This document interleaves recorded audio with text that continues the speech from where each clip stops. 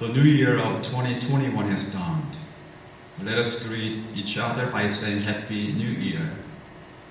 Let us greet each other. Maybe you're alone, but you have someone next to you saying Happy New Year.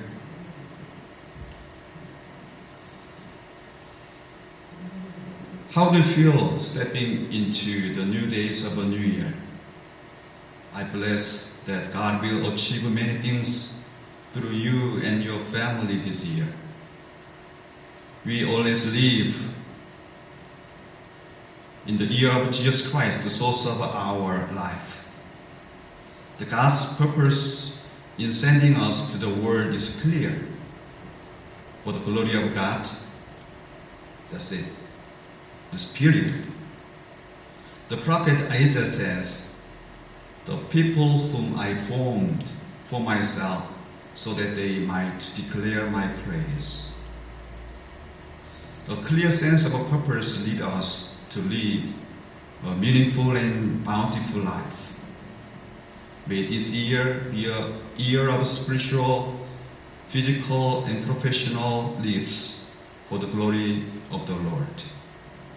The many people share New Year's resolution, and also they share their greetings through social media. If I were you, send you a text message, I would send you this. Let us read together. Fly with Jesus in the air of God's grace. I hope it will be one of your goals this year, that we'll fly with Jesus together this year, so that we might see great things and glory of God in our daily lives. I have one question. What are your personal goals for this year? What kinds of mountains do you want to climb? What is your resolution?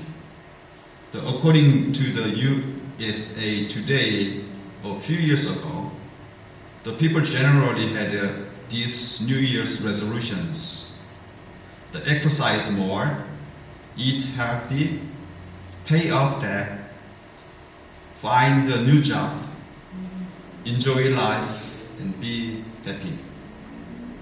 However, according to the surveyor called Ron Paul, the goal has become more practical this year because of a pandemic.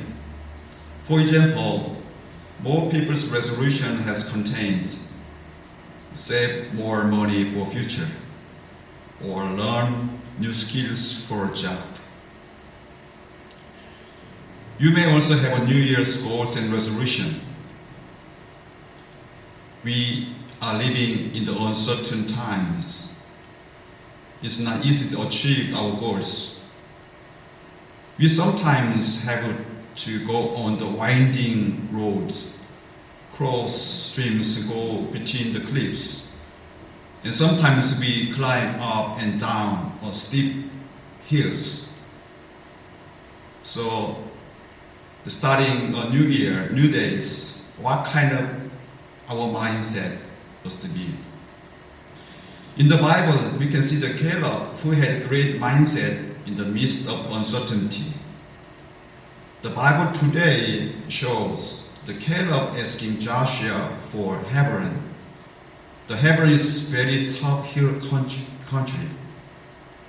The Caleb's goal was very clear: to occupy the hardest city to conquer.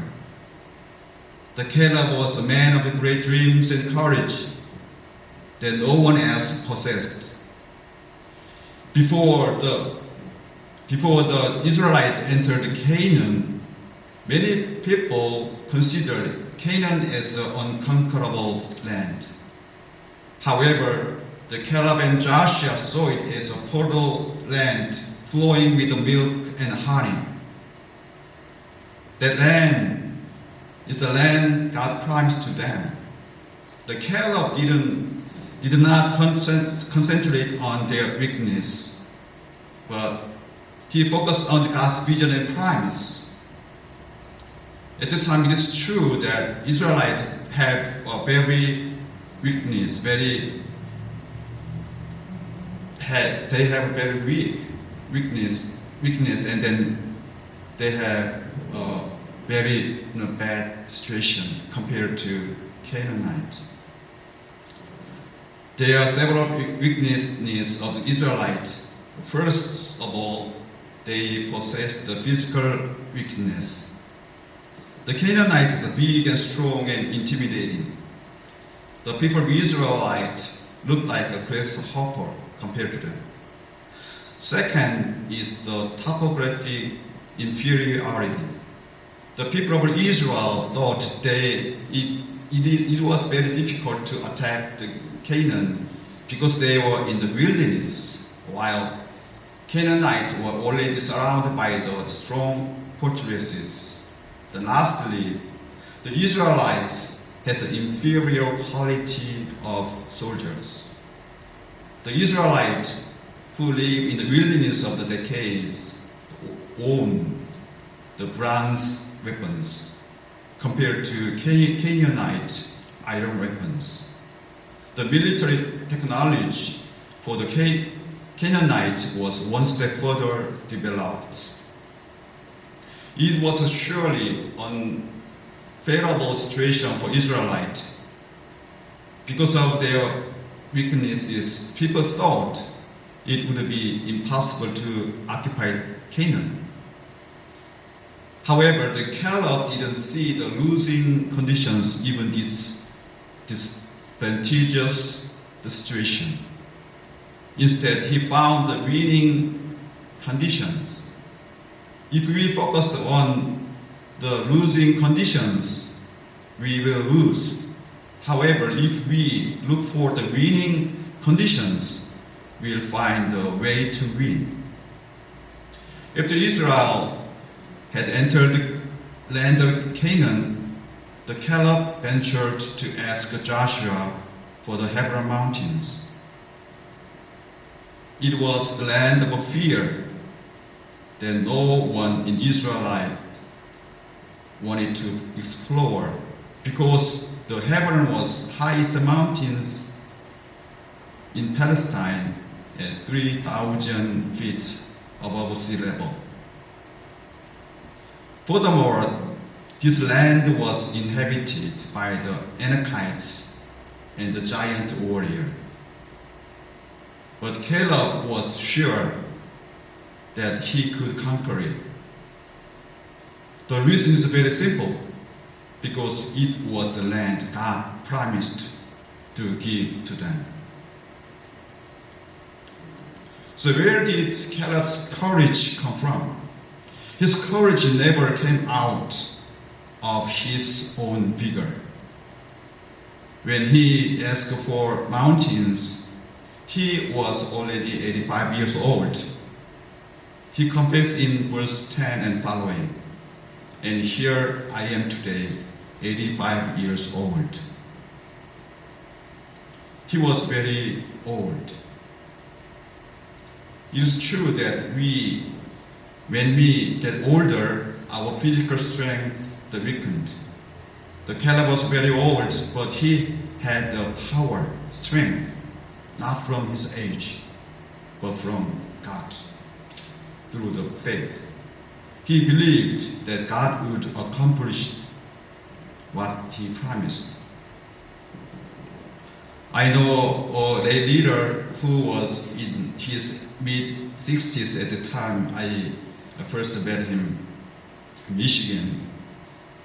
He is a very strong man. He used to be a master of the martial arts.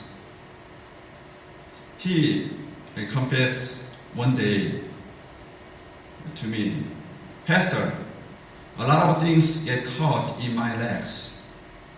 I never experienced it before, but as I get older, my legs bumped into lots of things." So when we get older, we feel kind of a weakness. That's natural.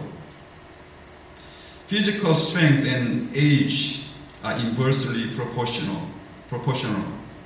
As we get older, our body becomes weaker. However, the power of faith and age are not inversely proportional.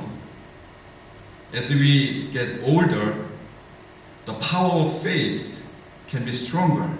The Caleb believed in the power of faith at his age of 85.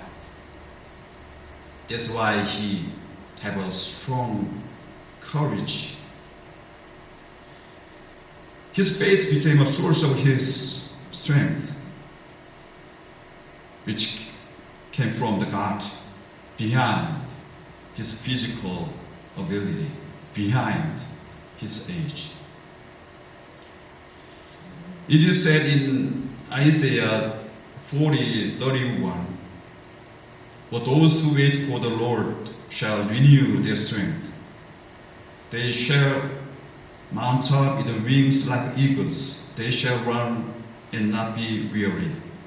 They shall walk and not faint."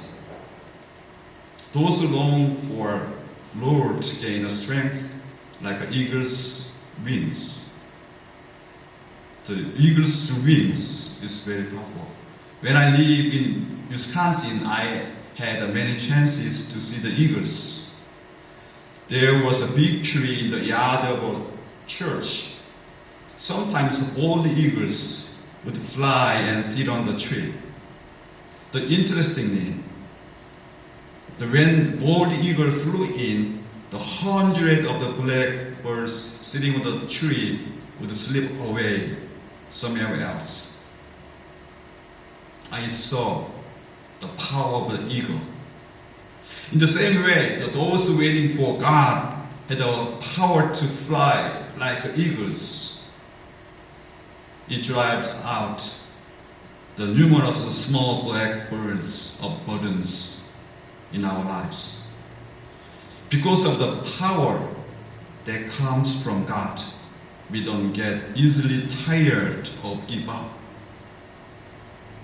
The Caleb experienced the power which allowed him to not be afraid of Hebron, the hill country. Thus he was able to confess in verse 12, "So now give me this hill country of which the Lord spoke on that day. It may be that the Lord will be with me, and I shall drive them out, as the Lord said." While meditating the Caleb's story, I felt the courageous, the spirit that rose in Caleb's heart. His bravery came from his heart. There is a saying, the size of our lives depends on the size of God we believe in. Just check what kind of size of God do you have? Do you believe in? Some people limit the great God to their thought. If we keep God confined only in worship time on Sunday or during our prayer time, we'll experience only God in our worship time, or only Sunday, or only in our prayer time. But if we believe God is the great God who created the world and then still live alive, we can experience great God in our daily lives. The Caleb saw such great God through his lives. So our perspective, the importance, this matters. So Caleb saw the great God.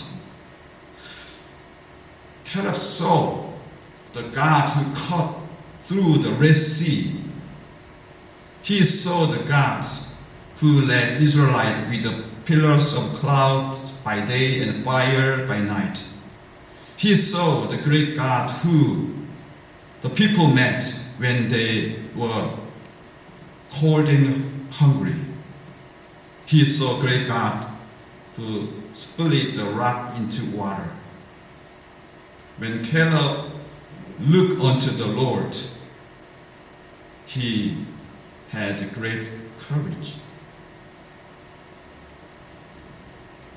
Brothers and sisters, I hope will have a warrior of faith like a Caleb and open the door to year 2021. What mountains are you going to climb up this year? And what kind of mountains we have to climb up together? I really encourage you to be a climber. There are three types of people who hike the mountains. First one's the quitters. The second one's campers. Third one is climbers. The first ones, the quitters, they quit. They never think they can climb the mountain. And campers, they have a party. They, under the mountains, they gathering together, have good dinner, and they listen to music, dance. They enjoy it, just the scenery of mountain, but they never think they can get to the top of the mountain. The climbers, they believe they can go, they can hike the mountains, they can reach the top of mountains. The mountain we will climb together may look difficult, but we will climb together. If we climb the mountains with the Lord, we will be able to get through it. We know we are weak, we are old. The Caleb was 85 years old. But compared to him, we are young, relatively. So we have to go hike the mountain together this year. The Apostle Paul said, I can do all things through him who strengthens me. I bless you to have the blessed year to conquer all obstacles that lies before you and fly with the Lord this year together.